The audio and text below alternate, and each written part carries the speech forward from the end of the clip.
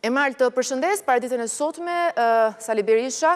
ka qenë në respektim të masës së tij detyrim paraqitje. Më trego pak më tepër rreth kësaj paraqitje dhe çfarë ai ka deklaruar. Atëherë Fabiola, dita e sotme përkonte me të hënën e 3 të muajit, ku ish kryeministri Berisha do duhet të paraqitej në programimin e posaçme 2 herë në muaj. Të hënën e parë dhe të tretë çdo muaj në lidhje me masën detyrim paraqitje të caktuar ndaj tij nga ana e gjykatës së apelit të posaçëm në lidhje me hetimet sa i takon privatizimit të ish kompleksit Partizani, ku ish kryeministri Berisha është marrë i panteor me akuzën e korrupsionit. Ditën e sotme ai është paraqitur rreth orës 9, ndryshe nga herët e tjera në fakt ku ai do duhet paraqitet në orën 10, por për shkak të agjendës së tij, pra të fushatës elektorale, ku duhet të zhvillonte takime prej orës 10 edhe në orale të tjera, ai është paraqitur në orën 9 në programimin e posaçme, i mbështetur edhe nga një numër i vogël personash të paraqitur këtu në ambientet e prokurisë, sa herë që ish kryeministri Berisha paraqitet në zbatim të kësaj mase sigurie. Menjëherë pas përfundimit të procedurave, është një procedurë le të themi mjaft e shkurtër e mbritjes së tij në programimin e posaçme, firmosjes përballë oficerëve të Byros Kombëtare të Hetimit, e më pas daljes ku ai në fakt në daljen për media sërish mbajti pothuajse të njëjtin qëndrim, duke sulmuar prokurorët e posaçëm dhe kryesisht sistemin e drejtësisë, si të kapur nga kryeministri Edi Rama dhe se i shërbejnë këtij të fundit. Po për më tepër në fakt Fabiola, ju ftoj që dëgjoni fjalën e mbajtur nga ish kryeministri Berisha menjëherë pas daljes nga ambientet e prokurisë të posaçme.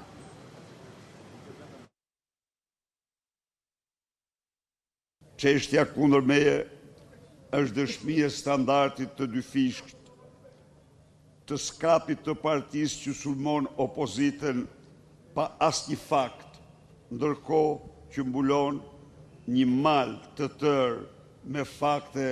për vjedhje dhe korrupsionin qeveritar. Ftoj qytetarë të pyesin Spakun ku kanë shkuar 130 milion euro të djegësit të Tiranës. Të pyesin Spakun pse nuk heton Belinda Ballukun dhe Edi Ramën që kanë paguar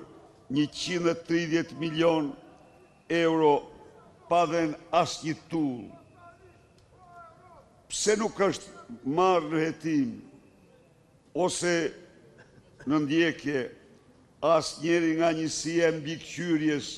që kishte detyrë të raportonte çdo muaj për ecurinë e punimeve të djegësit që nuk ekziston. Këto pyetje presin përgjigje me datën 11 maj nga mbar qytetarët shqiptarë. Presin, do marrin përgjigjen më të shkëlqyer. Ermal, megjithatë duket se edhe në këtë paraqitje të sotme, zotit Berisha si ka munguar mbështetja apo jo? Po, në fakt Fabiola, përveç numrit të vogël të personave të cilët janë paraqitur në programimin e posaçme, ku ish kryeministri Berisha është paraqitur në zbatim të kësaj mase sigurie, nga godina që ndodhet ngjitur me programimin e posaçme, ku është burgu 313, disa persona të cilët mbahen të arrestuar janë, po themi, kanë dalë hapur në mbështetje të ish kryeministrit Berisha, teksa kanë mbrojtur në mbështetje të tij në momentet që ai ishte duke dhënë deklaratën për mediat me njërë pas daljes nga prokuria e posaçme. Ja ti transmetojmë ato momentet që operatori jon ka mundur t'i fiksoj, ndjekim edhe pamjet e pikërisht kësaj pjese që ti e përshkrove shumë bukur.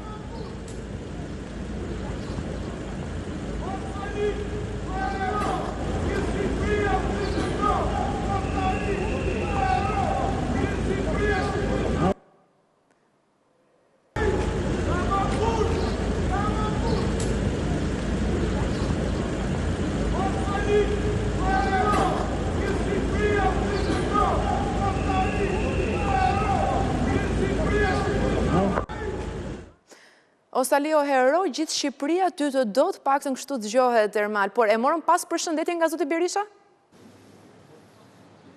Në fakt,